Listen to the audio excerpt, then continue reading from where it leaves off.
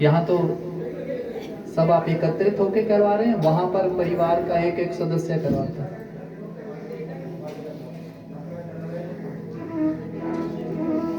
हम 4 साल बाद जो वर्क करते हैं ना, वहां तीसरे साल में भागवत कथा होती है, जो प्राणी मर गया होता है उसके लिए। हमें कई बार लगता है कि महाराज सब कुछ होने के बाद भी बरगत नहीं होती, कन्या का विवाह नहीं हो रहा है, पुत्र का विवाह नहीं हो रहा है, पितर रुष्ट हैं, सब कुछ करते हैं, फिर भी प्रसन्न नहीं होते। आज मना लो सारे। वहां पाठ हो रहा है, मूल पाठ। हम ध्वजारोपण भी करेंगे। और एक बांस मंगाया था मैंने, लाया है वो बांस? है कहाँ? वहां लगाया है ना, वो बांस देख लेना, मत्था देखना उसका रोज। 7 गांठों वाला वो बांस, उसका पूजन होता है, प्रतिदिन 1 गांठ का पूजन। आप सबके पितर वहां आकर बैठे हैं, वहां मत्था रोज टेकना अपने पितरों को। पितरों को सुन लो, साड़ी आज फूल ही चढ़ा देना, थोड़े से मान जाएंगे। रोज मिलना इनसे। और एक बात ध्यान रखना, जब कथा शुरू होगी, कथावाचक जो कथा बोलने वाला है उससे पहले आकर बैठ जाया करो। कल बिल्कुल समय से हम तैयार होंगे। कल आप भी ध्यान देना, हवन रोज होगा, थोड़ी आहुति भी डाल देना। कल से हवन शुरू,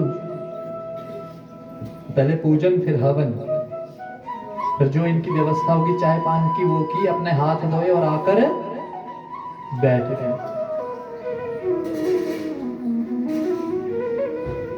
महाराज बड़े खुश हुए कि मरने के बाद भी ये कथा कल्याण कर देती है। अगर कोई महाराज कथा है तो सुनाओ। सुनो बोला ध्यान से। बोले श्री कृष्ण कन्हैया लाल की जय। अत्र ते कीर्तयिष्यामि इतिहासं पुरातनम् यस्य श्रवणमात्रेण पापहानि प्रजायते। ये जो कथा आप सुनेंगे ना, बोला जन्म जन्मांतरों के पापों को नष्ट कर देती है, पर ध्यान पूर्वक सुननी पड़ेगी।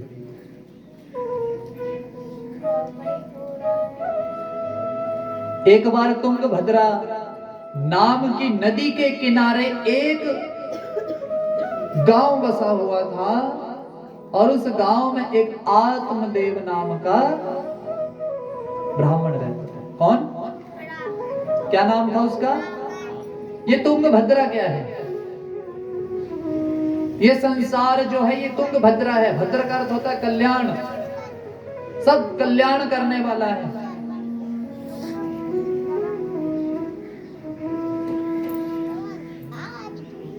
आत्मदेव कौन है? वो आत्मदेव हम हैं। इस संसार में हम आत्मदेव विचरण तो कर रहे हैं, और अपने कल्याण के लिए क्या कर रहे हैं ये बताओ मेरे को। अब 7 दिन तो आप कथा सुन लेंगे, 7 दिन के बाद 7 महीने तक आपने भगवान का नाम नहीं लेना। ये बोल के कि कथा सुनी ऐसी 7 दिन बहुत नाम ले लिया राम ने, हम छो 7 महीने ठाकरा फुल भी नहीं चढ़ना, कथा तो बाद शंकर को भी नहीं आना कि नहीं आना। अब तो भक्ति दृढ़ हो जाए आपकी, ऐसी हो जाए कि अब इनको छोड़ेंगे ही नहीं। लड़ पड़े तेरा श्यामा हुण छड्डिया तेरे दर ते आ गया पीछे हटिया। बस यही हाल करना है। कथा का तो अर्थ यही है। आज ये सब श्रवण कर रहे हैं तो मतलब अब पीछे पड़ जाओ ठाकुरों के। महाराज आत्मदेव हम ही हैं। मरने के बाद हम अपने बुजुर्गों के लिए ना पिंड दान करते हैं। कई संत कहते हैं ये शरीर ही एक पिंड है, इसको दान कर दो, प्रभु को दान कर दो। आरती तो सारे बोलते हैं, तन मन धन सब है तेरा। ऐसा सच में है कि लाइन ही बनाई है?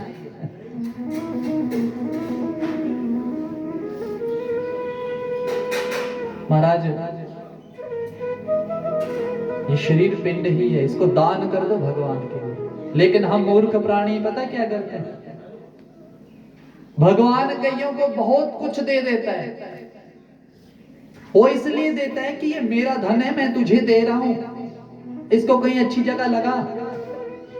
पर हम उसको खर्चते नहीं है, वैसे ही रखे रखते हैं। भगवान हंसता है और ये बोलते हैं कि ये मेरा, ये मेरी गाड़ी है, ये मेरा पैसा है, ये है, ये है, ये सब मेरा है। कब तक? भगवान भी हंसते हैं कि वो इसको उत्तराधिकारी बना तो दिया मैंने, पर ये मेरा मेरा ही करी जा रहा, कभी बांटा ही नहीं आगे, कभी अच्छे कर्म में गया नहीं, ना लगाया।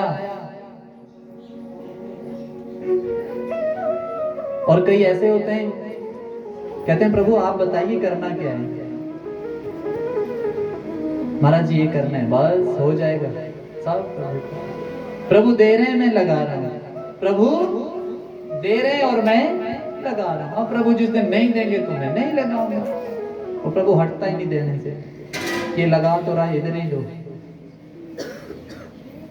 इसलिए आप औरतों को बता रहा हूं, धर्म की स्थापना औरतें करती हैं।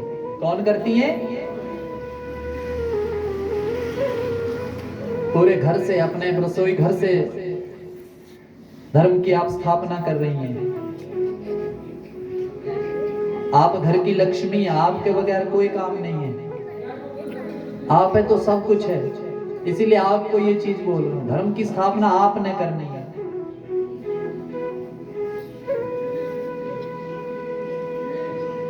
जो भी ग्रंथ पढ़ लो, औरतों का बड़ा सहयोग। रामायण जी सुनी होगी आपने, देखी भी होगी, अपने टेलीविजन पे देखी है। औरतों का बड़ा सहयोग। तुलसीदास जी अपनी धर्मपत्नी से बड़ा प्रेम करते थे।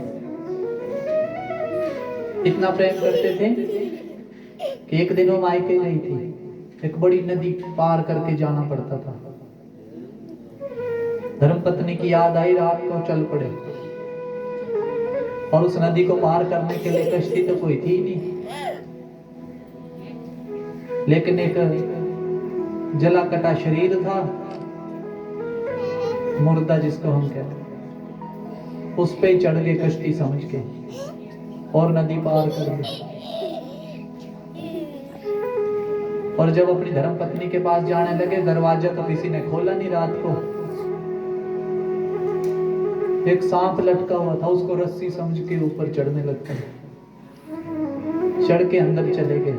अपनी धर्मपत्नी के पास पहुंचे। धर्मपत्नी ने कहा, रे तुलसी, जितना प्रेम तू इस हार्ड मांस के शरीर से करता है ना, इससे थोड़ा सा प्रेम यदि तू प्रभु से कर ले ना, तो शायद तुझे प्रभु की प्राप्ति, बस ऐसी प्राप्ति करवाई, ऐसी प्राप्ति करवाई। किसकी वजह से? औरत की वजह से। ना बोलती उस दिन वो भी, आओ आओ बैठो, रोटी खाओ, ये करने लगती ना, पर बोल दिया। तुलसी जी वहीं से मुड़ गए, रात को ही मुड़ गए, जाके श्री रामचरितमानस को, श्री रामचरितमानस मन से, ये तो शंकर भगवान के मन से निकली है, पर हम जन जन तक पहुंचाने के लिए उनका बड़ा सहयोग है। तुलसीदास जी महाराज ऐसी भी धर्मपत्नी, ऐसी भी माताएं जो अपने बच्चों को इस तरफ लगाए। धर्म की स्थापना आप कर रही है। वो तुंगभद्रा कोई नदी नहीं है, वो ये संसार ही है। तुंगभद्रा, भद्र होता है कल्याण, कल्याण करने वाला ये संसार है। इस संसार में आप रह रहे हैं, इस शरीर के साथ। ये आत्मदेव आप खुद हैं। इस शरीर रूपी पिंड को भगवान को दान करो।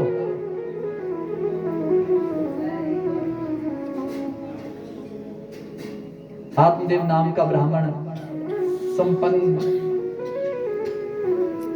बहुत इज्जत करते थे उनके लोग।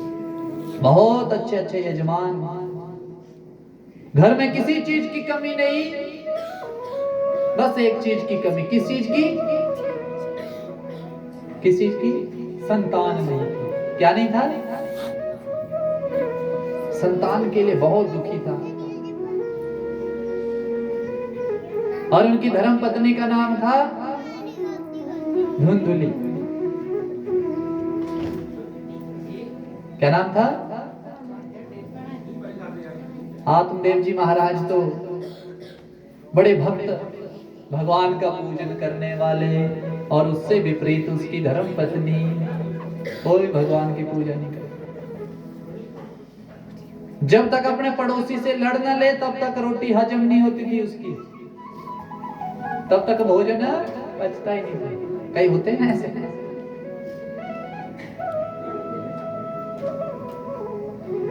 महाराज अब एक दिन परेशान होके आत्मदेव जी कि सब कुछ होने के बाद घर में हर चीज पर मेरे को संतान नहीं, इसको खाने वाला ही कोई नहीं, दुखी होकर जंगल में चले गए। कहां चले गए? जंगल में चले गए। हमारे जंगल में जाकर शांत मन से बैठे और सोचते सोचते रोने लग पड़े। अभी रो ही रहे थे कि उतने में एक संत वहां से गुजर रहे थे। बोले सदगुरुदेव महाराज की। हमारा संत वहां से गुजर रहे हैं और जैसे ही संत ने आवाज सुनी कि कोई रो रहा है, अब संत हैं, उनका हृदय तो ऐसा होता है कि कोई रो रहा है।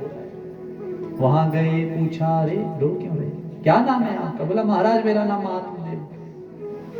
बोला पंडित जी फिर रो क्यों रहे? अपनी व्यथा बताई। बोला महाराज सब कुछ है पर खाने वाला पुत्र ही नहीं है। अरे राम राम राम। संत ने बोला, मन में बोल रहे हैं संत की, मैंने सोचा भगवान को पाने के लिए जंगल में रो रहे हैं, ये तो किसी और ही चीज के लिए रो रहे हैं। अब संत समझा रहे हैं, एक बात और ध्यान रखना, जब किसी का कल्याण होना है तो संत के ही दर्शन होंगे। किसके? किसके? नारद जी समस्या में फंसे, कौन मिले? संत ही मिले ना। मिले कि नहीं मिले? कल्याण हो गया। अब आत्मदेव भगवान की लीला देखो, एक संत मिल गया। संत को जब व्यथा बताई, संत को कह रहे हैं कि महाराज पुत्र नहीं है। संत हंसने लगे। बोला बेवकूफ है, मन संतान का नाम। सत्कर्म करते जाओ, जो धन है जरूरी है किसी के लिए रखना है, दान वगैरह करते रहो, भजन करो, भगवान का नाम लो, कल्याण हो जाएगा। आत्मदेव बोलते हैं महाराज आप हैं संत,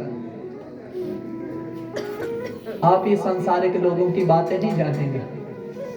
आप क्या जाने कि पुत्र जब प्राप्त होगा, कोई छोटा सा बेटा जब पापा पापा बोलेगा, डैडी बोलेगा, पिताजी बोलेगा तो क्या आनंद आता है। आप क्या जाने, आप तो संत बैरागी हैं। बोला अच्छा, बस महाराज मुझे कुछ नहीं सुनना, बस मुझे आशीर्वाद दो। और उनके पैरों में गिर गया और जोर जोर से रोने लगा। और जब रोने लगा तो महात्मा ने उठाया, महाराज रो क्यों रहे? बोला महाराज मुझे कुछ ऐसा आशीर्वाद दो कि मुझे पुत्र की प्राप्ति हो जाए। संत ने देखा, बोला आत्मदेव मैं तेरे माथे की लकीर देख रहा हूं कि 7 जन्म तक, क्या आज क्या 7 जन्म तक तुझे पुत्र की प्राप्ति नहीं हो सकती। वो बड़ा दुखी हुआ, फिर से रोने लगा, महाराज मुझे कुछ नहीं सुनना है, बस मुझे पुत्र प्राप्ति हो ऐसा आशीर्वाद दो। अगर ऐसा आशीर्वाद नहीं दिया आपने तो ऐसे ही सर पटक पटक के मैं अपनी जान दे दूंगा और आपको ब्रह्म हत्या का दोष लग जाएगा। अरे संत डर गए और तुरंत झोली में हाथ डाला और एक फल निकाल कर क्या किया, दे दिया। बोला जाकर ये अपनी धर्म पत्नी को खिला देना, मेरा आशीर्वाद है पुत्र प्राप्त होगा। आत्मदेव बड़े खुश हुए, खुश होकर हंसते हंसते अपने घर की ओर चले गए। जब घर की ओर गए, घर में गए, अपनी धर्म पत्नी को फल दिखाया। धुंधली, ये देखो मैं आपके लिए एक फल लाया। अब धुंधली बोली, महाराज शोर तो इतना कर रहे थे जैसे 9 लाख हार ले आए हैं। फल ही है।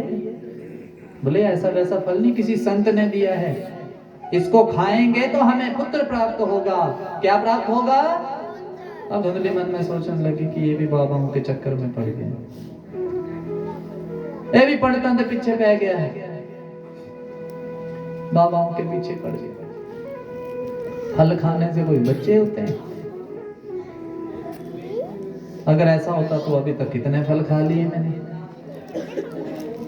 चलो उसका मान रखने के लिए पकड़ लिया और कहा, महाराज आप अपना काम करिए, मैं नहा धो के इस फल को ग्रहण कर लूं। अब थोड़ी देर हम सोचें कि फल खा के पुत्र प्राप्ति तो वैसे सच में नहीं हो सकती, पर ये संतों का आशीर्वाद था, आशीर्वाद है, ये हमारा एक विश्वास है। क्या है? आप करते हैं विश्वास? आपने कभी छोड़ा भगवान के ऊपर कोई काम? छोड़ा आपने? छोड़ना कभी।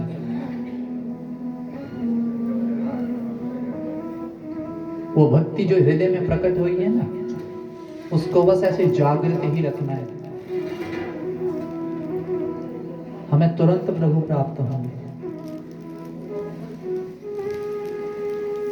पर हमने ऐसा कभी किया नहीं। महाराज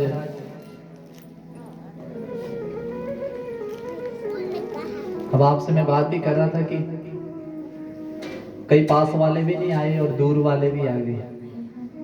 ये देख लो, होशियारपुर से आ गए, हमारे मंदिर के बिल्कुल सामने रहते हैं। और शुरू से जब से मैं वहां ठाकुर जी की सेवा में लगा हूं, तब से मुझे बड़ा प्रोत्साहन। दोनों स्वागत कर दो इनका एक बार।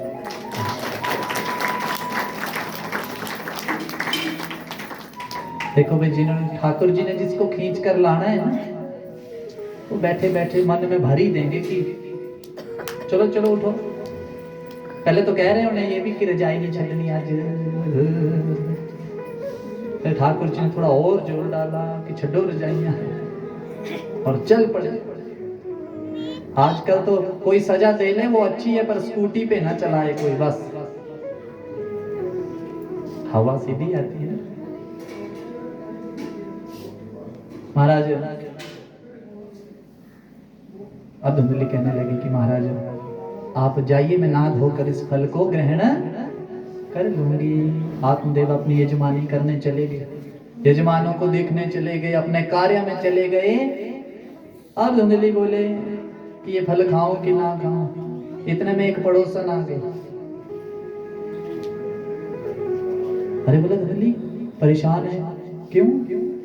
वो बोला, महाराज क्या बताऊं, इधर आओ, बात सुनो, बैठो, कुछ सलाह लेनी है आपसे। सलाह लग पड़े ले। ये फल लाए, बोले मेरे पति देव, किसी संत ने दिया कि बोला खा लेना तो पुत्र प्राप्त होगा। ग्वांडन समझदार सी, वही भगवान को मानती, संतों को मानती। नहीं तो ग्वांडी जो है ना, पुठी सलाह देते हैं।